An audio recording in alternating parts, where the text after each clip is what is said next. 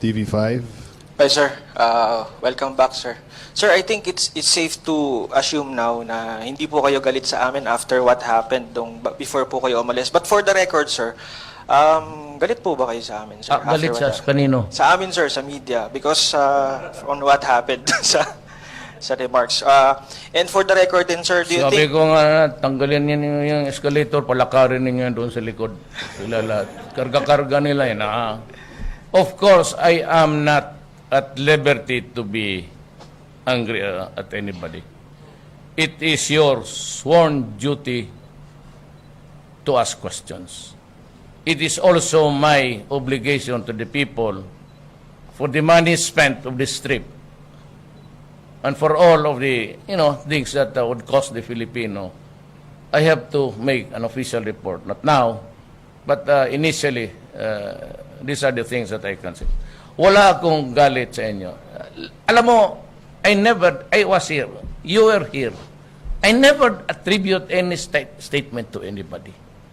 I was complaining about the situation, but I never directed any statement that was insulting or otherwise not good. Si Ed Lingaw, he was the anchor at the time when there was this breaking news. And he apologized, and I accept his apology.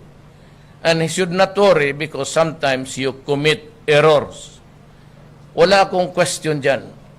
If the other side interpreted it in a way they wanted it, problema nila yan. I mean that's it. After all, I am not a player of the international community. I said I only answer to the Filipino people. I do not aspire to be a character there. But you know very well that I never said it attributing it to anybody. I said, I remember, wag ninyong gawain sa akin yan. Insultuhan tayo. I never mentioned any particular. So, I hope they realize it by now. And let me again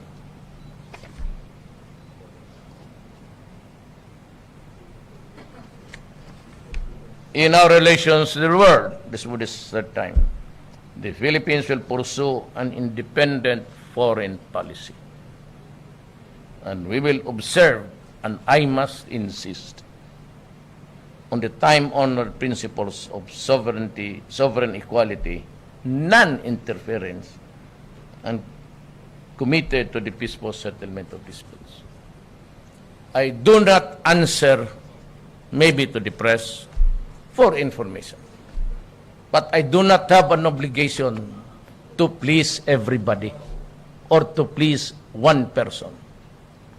But whatever a Filipino, I am at your service because I work for you.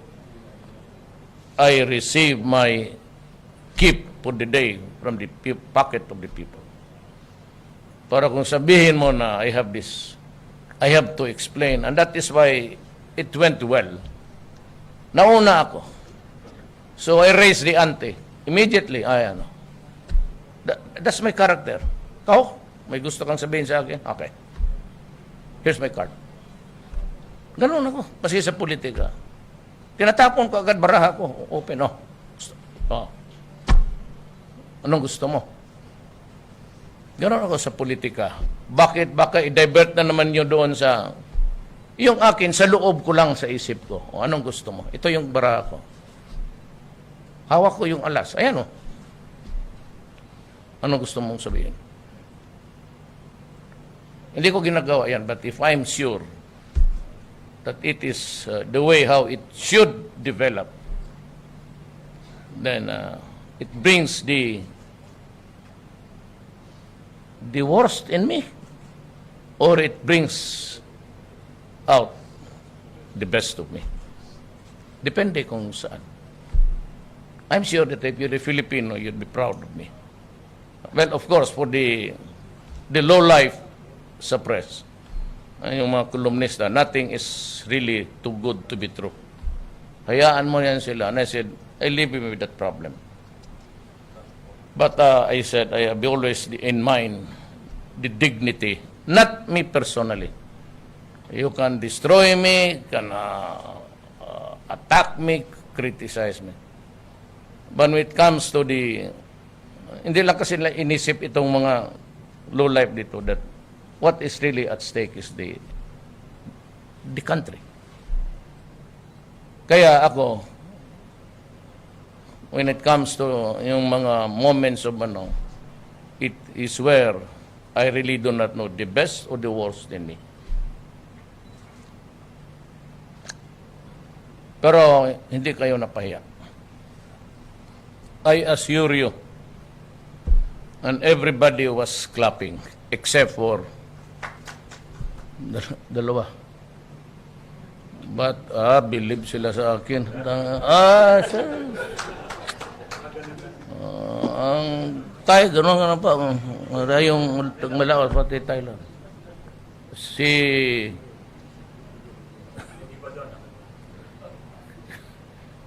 Si President Widodo, and it's indecent. Yeah. Shaking with joy that I decided to just talk with sense and the truth. Yes. Last question. Sir, sino po yung dalawa, sir? To be clear. Na ganon? Hindi po malakpak, sir. Nakalimutan ko. Let me recall the seating arrangement.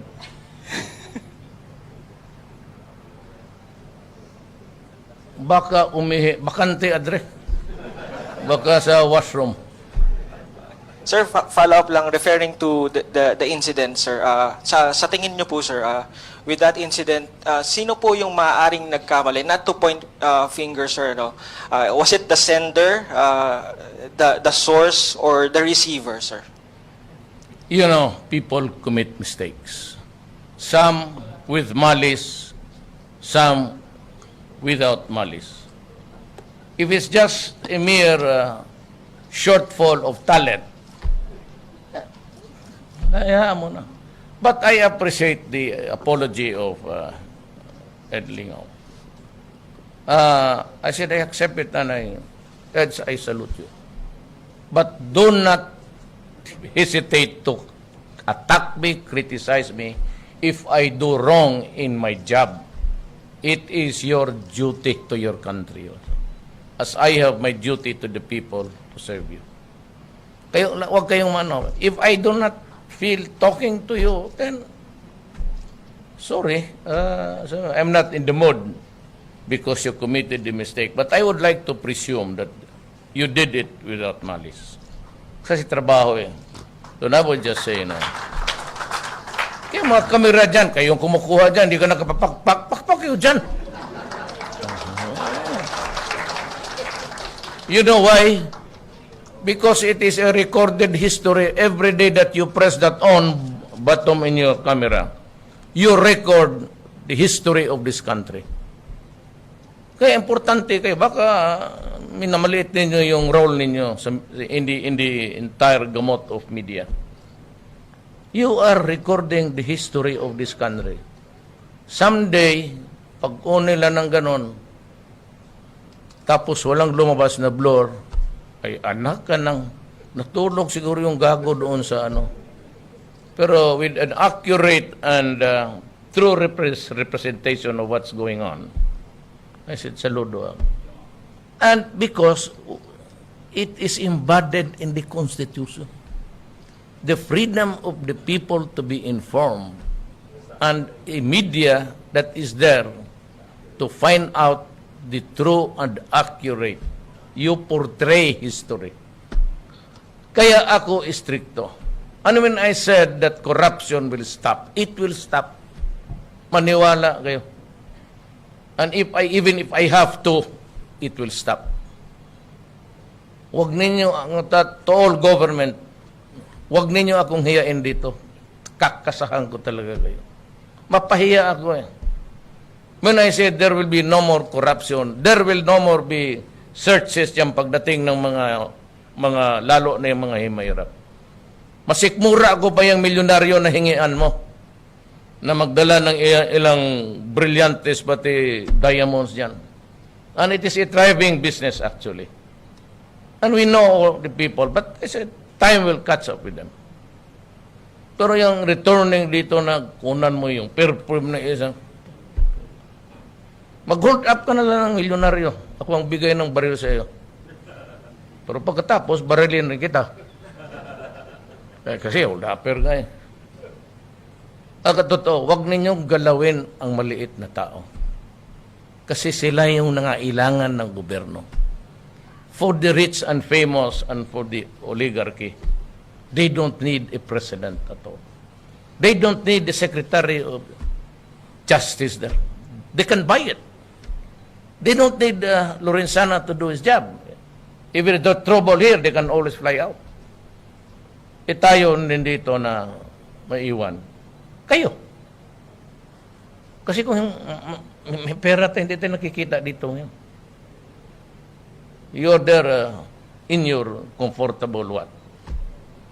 In your space there for you. So, huwag din ninyo galawin yung talagang kailangan nila ang gobyerno. Yung, let me warn again, you guys in the business sector, I do not want to quarrel with you. I will protect you. I said, there will no more be shakedowns in the customs and in the BIR. I'm warning you again. But with all the protection that this government is giving you, you continue with the contractualization, magka-diferensya talaga tayo. And one day, I might just decide to go to you and close your store there and say, you're a... Ilang beses na yan. Huwag ninyong abusuhin ang tao kasi ang Pilipino matagal na talagang you go to LTO, he has to shell out money. You get a copy of his birth certificate, hingi ano. This will stop and maybe I will have cameras for yung mga incorrigibles, the intransigence of the office, I will place cameras there. Like a Gestapo. And it's perfectly all right for me. Why? This is government. This is not a private enterprise. There's no such thing as violation of privacy there. It's only when you enter the comfort room that maybe there's that limitation. Kung sa gobyerno ka, it must be open. Lalo na yung sa airport, customs, quarantine, immigration. You know, I'm planning to put an extension office of the lahat. National government. I plan to put it in Basilan or Holo. Be my guest. I would only be too happy to assign you there. Magkahiyaan kasi tayo. Mapapahiya ako. I promise the people this. And with the... Hindi na sa kung Bisaya pa na makapahuway ang tao sa iyang kalisod. There has been no respite in the hardship of the Filipino. Whatever economic gains, barely enough to improve the situation, it would be okay for me. Kung hanggang dyan lang talaga ang... That's why I tried my very best to look presentable there. Nagbili pa ako ng ready-made na suit. Maluwang masyado, kaya nagbili ako ng suspender. Mahulog man. Tapos nagkamali naman ako, pumayat ata ako. So mahulog, sabi ko na, di sila sa ano yan. Suspender na ako. Kasi pag ganun ko, pag lakad ko, hanggang dito na, bili ka ng suspender ron. Komporta yan. Parang gusto ko na. That's how hindi ako nagpapatahi ng mahal. Yung ready, Indonesian size. Okay na. Lagyan nila ng kurbata. Hindi rin ako magnunong. Ito nang, sir, ako na nakalimutan ko na yung puta, baka maganon ko pa. And I will say, hang yourself. Yes,